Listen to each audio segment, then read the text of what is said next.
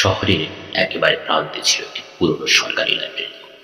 বহু বছর আগে সেটি বন্ধ হয়ে যায়, কারণ বলা হয়েছিল বই চুরি যাচ্ছে। কিন্তু শহর ও আশ্চর্যের বিষয়, কোনোদিনও চোর ধরা পড়েনি, আর কোনো বইও বাইরে পাওয়া যায়নি। লাইব্রেরির ভিতরে ঢুকলে দেখা যেত সব বই সাজানো, কম যেন কেউ নিয়মিত দেখাশোনা করছে, অথচ সেখানে কোনো কর্মচারী ছিল না। প্রথমত ওই ঘটনাটি ঘটে এক কলেজ ছাত্রের সাথে।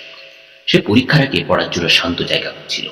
লাইব্রেরির দরজা খোলা দেখে সে ভেতরে ঢোকে, রেজিস্টারে নিজের নাম লেখে, কিন্তু লক্ষ্য করে আগের নামগুলো সব কাটা, শুধু শেষ লাইনে লেখা পড়া শেষ হলেও বেরোতে পারবে না। সে ভেবেছিল এটা হয়তো কারো রসিকতা। ভেতরে বসে পড়তে পড়তে সে খেয়াল করে ঘরের মধ্যে ফিসফিস শব্দ, যেন অনেক মানুষ একসাথে খুব ধীরে পড়ছে। কিন্তু তাকে দেখে সে একাই। হঠাৎ একটা বই নিজে নিজে টেবিল থেকে পড়ে যায়। বইটার নাম ছিল শেষ অধ্যায়। সেই বইটা কখনো র্যাক থেকে নেয়নি সে। বই খুলতেই ভেতরে লেখা ছিল তার নিজের নাম, কলেজ, এমনকি আজকের তারিখ। শেষ পাতায় শুধু এক লাইন, আর 2 ঘন্টা। ভয়ে সে লাইব্রেরি ছেড়ে বেরিয়ে যায়, কিন্তু দরজাটা খুলছিল না। বাইরে তখনও দিনের আলো, কিন্তু ভেতরে অন্ধকার বাড়ছিল।